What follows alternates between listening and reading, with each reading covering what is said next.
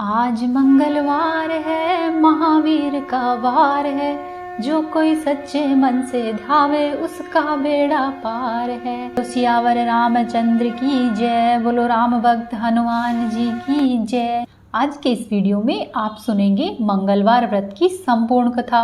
प्रेम पूर्वक हाथ जोड़कर बोलिए, पवन तनय संकट हरण मंगल मूर्ति रूप, राम लखन सीता सहित हृदय बसहु सुरभूप। सियावर रामचंद्र की जय, पवन सुत हनुमान की जय। एक बार की बात है, नैमिषारण्य तीर्थ में 88,000 मुनि एकत्रित होकर पुराणों के ज्ञाता श्री सूत जी से पूछने लगे कि हे महामुने, आपने हमें अनेक पुराणों की कथाएं सुनाई हैं। अब आप कृपया करके हमें ऐसा व्रत और कथा बताइए जिसके करने से संतान की प्राप्ति हो तथा मनुष्यों को रोग, शोक, अग्नि और सर्व दुख आदि का भय दूर हो जाए, क्योंकि कलयुग में सभी जीवों की आयु बहुत ही कम है।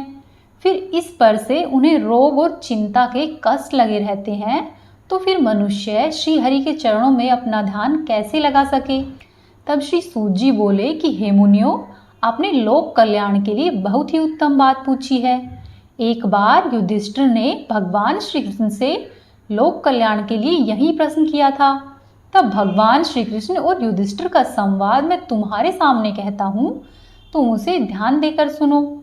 एक समय पांडवों की सभा में श्री कृष्ण जी बैठे हुए थे। तब युधिष्ठिर ने भगवान श्री कृष्ण से प्रश्न किया कि हे प्रभु, हे नंदनंदन, हे गोविंद, आपने मेरे लिए अनेकों कथाएं सुनाई हैं। आज आप कृपया करके ऐसा व्रत या फिर ऐसी कथा सुनाइए जिसके करने से मनुष्य को रोग और चिंता का भय समाप्त हो और उसको पुत्र की प्राप्ति हो। हे प्रभु, बिना पुत्र के जीवन व्यर्थ है। पुत्र के बिना मनुष्य नरगामी होता है। पुत्र के बिना मनुष्य पितृ ऋण से छुटकारा नहीं पा सकता और न ही उसका पुत्रग नामक नरक से उद्धार हो सकता है। इसीलिए मुझे पुत्रदायक व्रत बतलाइए। तब श्री कृष्ण भगवान बोले कि हे राजन, मैं एक प्राचीन इतिहास सुनाता हूँ, आप उसे ध्यानपूर्वक सुनो। कुंडलपुर नाम का एक नगर था। उसमें नंदा नामक एक ब्राह्मण रहता था। भगवान की कृपा से उसके पास सब कुछ था, फिर भी वह ब्राह्मण दुखी रहता था। इसका कारण यह था कि ब्राह्मण की स्त्री सुनंदा के कोई भी संतान नहीं थी। सुनंदा अति पतिव्रता स्त्री थी। भक्ति पूर्वक वह श्री हनुमान जी की आराधना करती थी। मंगलवार के दिन व्रत करके अंत में भोजन बनाकर हनुमान जी का भोग लगाने के बाद ही वह स्वयं भोजन ग्रहण करती। एक बार मंगलवार के दिन ब्रह्माणी गृह कार्य की अधिकता के कारण हनुमान जी का भोग नहीं लगा सकी, तो इस पर उसे बहुत अधिक दुख हुआ। उसने दिन भर कुछ भी नहीं खाया और अपने मन में निश्चय कर लिया कि अब तो अगला मंगलवार आने पर ही मैं पहले हनुमान जी का भोग लगाऊंगी और उसके बाद स्वयं अन्न और जल को ग्रहण करूंगी। ब्रह्माणी सुनंदा प्रतिदिन भोजन बनाती और श्रद्धापूर्वक अपने पति को भोजन खिलाती, परंतु वह स्वयं भोजन ग्रहण नहीं करती और मन ही मन श्री हनुमान जी की आराधना करती रहती।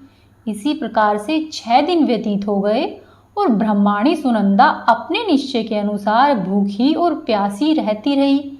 अगले दिन मंगलवार को ब्रह्माणी सुनंदा प्रातःकाल ही बेहोश होकर पृथ्वी पर गिर पड़ी। तब ब्रह्माणी सुनंदा की इस असीम भक्ति भाव से प्रसन्न होकर श्री हनुमान जी स्वतः प्रकट हुए और प्रसन्न होकर बोले, हे सुनंदा, मैं तेरी भक्ति से बहुत प्रसन्न हूँ, तू उठ और वरदान मांग। तब सुनंदा अपने आराध्य देव श्री हनुमान जी को देखकर आनंद की अधिकता से विहल हो गई और उसके नेत्रों से अश्रुधारा बहने लगी और वह श्री हनुमान जी के चरणों में गिरकर बोली कि हे प्रभु, मेरी कोई भी संतान नहीं है, कृपया करके आप मुझे संतान प्राप्ति का आशीर्वाद दें। यदि आप ऐसा करेंगे तो मेरा जीवन धन्य होगा और आपकी अति कृपा होगी। तब श्री महावीर जी बोले कि हे सुनंदा, तेरी यह इच्छा अवश्य पूर्ण होगी। तुम्हारे घर एक कन्या पैदा होगी, उसके अष्टांग प्रतिदिन सोना दिया करेंगे। इस प्रकार से सुनंदा को आशीर्वाद और वरदान देकर भगवान महावीर अंतर्धान हो गए। ब्रह्माणी सुनंदा बहुत अधिक खुश हुई और उसने सारा समाचार पति के घर आने पर उसे कह सुनाया। ब्राह्मण देव कन्या का वरदान सुनकर कुछ दुखी हुए, परंतु सोना मिलने की बात जब उसने सुनी तो वह बहुत ही प्रसन्न हुए। उसने विचार किया कि ऐसी कन्या के साथ मेरी निर्धनता भी समाप्त हो जाएगी। तब श्री हनुमान जी की कृपा से वह ब्रह्माणी गर्भवती हुई और 10वें महीने में उसने बहुत ही सुंदर पुत्री प्राप्त हुई। यह बच्ची अपने पिता के घर में ठीक उसी तरह से बढ़ने लगी जिस प्रकार से शुक्ल पक्ष का चंद्रमा दिनों दिन बढ़ता है। 10वें दिन ब्राह्मण ने उस बालिका का नामकरण संस्कार कराया। उसके कुल पुरोहित ने उस बालिका का नाम रत्नावली रखा, क्योंकि यह कन्या सोना प्रदान किया करती थी। इस कन्या ने पूर्व जन्म में बड़े ही विधान से मंगल देव का व्रत किया था। रत्नावली का अष्टांग बहुत सा सोना देता था। उस सोने से नंदा ब्राह्मण बहुत ही धनवान हो गया और अब ब्रह्माणी भी बहुत अभिमान करने लगी। समय बीतता रहा। अब रत्नावली 10 वर्ष की हो चुकी थी। एक दिन जब नंदा ब्राह्मण प्रसन्नचित्त थे, तब सुनंदा ने अपने पति से कहा कि हे स्वामी, पुत्री रत्नावली विवाह के योग्य हो गई है, अतः आप कोई सुंदर सा योग्य वर देखकर इसका विवाह करा दे। यह सुनकर ब्राह्मण बोला कि हे सुभगे, अभी तो रत्नावली बहुत छोटी है। तब ब्रह्माणी बोली कि हे स्वामी, शास्त्रों की आज्ञा है कि कन्या 8वें वर्ष में गौरी, 9वें वर्ष में रोहिणी, 10वें वर्ष में कन्या, इसके पश्चात रजस्विला हो जाती है। गौरी के दान से पाताल लोक की प्राप्ति होती है, रोहिणी के दान से वैकुंठ लोक की प्राप्ति होती है और कन्या के दान से इंद्रलोक में सुखों की प्राप्ति होती है। अगर हे पतिदेव रजस्वला का दान किया जाए तो घोर नरक की प्राप्ति होती है। इस पर ब्राह्मण बोला कि अभी तो रत्नावली मात्र 10 वर्ष की ही है और मैंने तो 16-16 साल की कन्याओं के विवाह कराए हुए हैं, अभी इतनी जल्दी क्या है। तब ब्रह्माणी सुनंदा बोली कि आपको तो लोभ अधिक हो गया है। शास्त्रों में कहा गया है कि माता पिता और बड़ा भाई रजस्वला कन्या को देखते हैं तो वह अवश्य ही नरकगामी होते हैं। तब ब्राह्मण बोला कि अच्छी बात है, कल मैं अवश्य ही योग्य वर की तलाश में अपना दूत भेज दूंगा। दूसरे दिन ब्राह्मण ने अपने दूत को बुलाया और उसे आज्ञा दी कि जैसी सुंदर मेरी कन्या है वैसे ही सुंदर वर की तलाश करो। दूत अपने स्वामी की आज्ञा पाकर निकल पड़ा। पंपई नगर में उसने एक सुंदर से लड़के को देखा। यह बालक एक ब्राह्मण परिवार का बहुत गुणवान पुत्र था। इसका नाम सोमेश्वर था। दूत ने इस सुंदर व गुणवान ब्राह्मण के पुत्र के बारे में अपने स्वामी को पूर्ण विवरण दिया। ब्राह्मण नंदा को भी सोमेश्वर अच्छा लगा और फिर शुभ मुहूर्त में विधि पूर्वक कन्यादान करके ब्राह्मण और ब्रह्माणी संतुष्ट हुए। परंतु ब्राह्मण के मन में तो लोभ समाया हुआ था। उसने कन्यादान तो कर दिया, परंतु अब वह बहुत खिन्न था। उसने विचार किया कि रत्नावली तो अब चली जाएगी और मुझे इससे जो सोना मिलता था अब वह भी नहीं मिलेगा, और मेरे पास जो धन था कुछ तो इसके विवाह में खर्च हो गया और जो शेष बचा है वह भी कुछ ही दिनों के बाद समाप्त हो जाएगा। मैंने तो इसका विवाह करके बड़ी भूल की है। अब कोई ऐसा उपाय करना पड़ेगा जिससे कि रत्नावली मेरे घर में ही रहे और अपने ससुराल में नहीं जावे। लोभ रूपी राक्षस ब्राह्मण के मस्तिष्क पर छाता ही जा रहा था। रात भर अपनी सैया पर बेचैनी से करवट बदलते बदलते उसने एक बहुत ही क्रूर निर्णय लिया।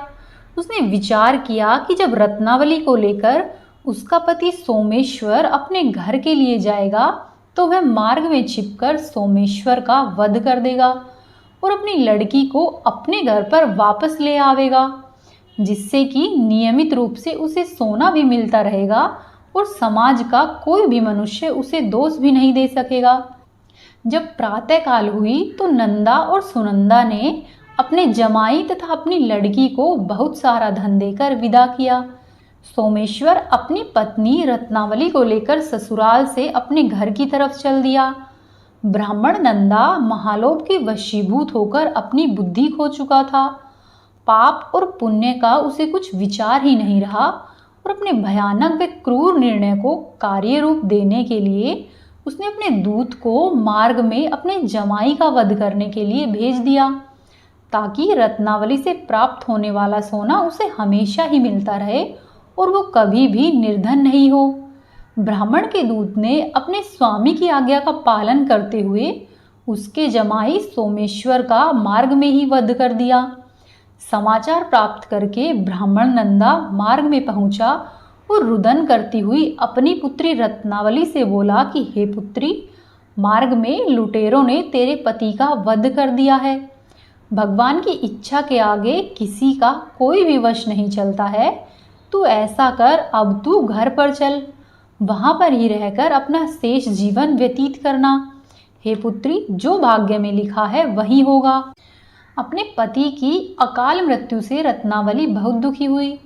करुण क्रंदन व रुदन करती हुई अपने पिता से बोली कि हे पिताजी, इस संसार में जिस स्त्री का पति नहीं है उसका जीना व्यर्थ है।